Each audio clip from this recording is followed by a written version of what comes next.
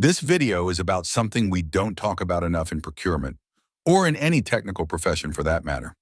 It's not a policy or a process, or some clever negotiation trick. It's a soft skill, but calling it that almost undersells it, because this one can make or break your career. Let me take you back to a moment a few years into my procurement journey. I was working on a major deal, one of those projects that feels like a real milestone, something with visibility, pressure, and a real budget attached to it. And I made a mistake. Not a typo or a missed email, a major judgment error. One that cost the organization money. Real money. I'll be honest, I spent months ruminating about it. Not reflecting, not learning, ruminating, replaying every decision, every conversation. Looking for a way to rewrite the ending in my mind. But here's the part that really mattered. The thing that almost broke me wasn't the mistake itself. It wasn't the awkward meetings or the sidelong glances from colleagues. It wasn't even the passive-aggressive feedback from Monday morning quarterbacks. It was the self-doubt that came after.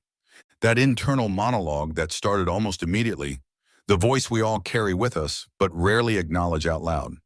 It said things like, "You don't belong here. You're not cut out for this. That was your shot and you blew it." That voice doesn't deal in facts. It deals in emotion, insecurity, fear, and it's ruthless. Let me say that again. That voice doesn't deal in facts. It deals in emotion, insecurity, and fear. And the longer we let it speak without challenging it, the more authority it gains. But here's the truth I wish someone had told me earlier. You don't have to give that voice the final say. You can acknowledge it without obeying it. You can recognize it for what it is, a reaction, not a reality.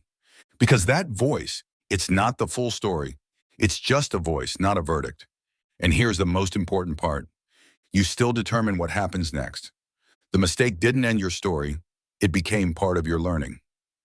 You're still here, still capable, still in charge of what happens next. That's the skill. Not perfection, not flawless decision-making. Resilience, self-awareness, and the strength to move forward even when that voice tries to hold you back.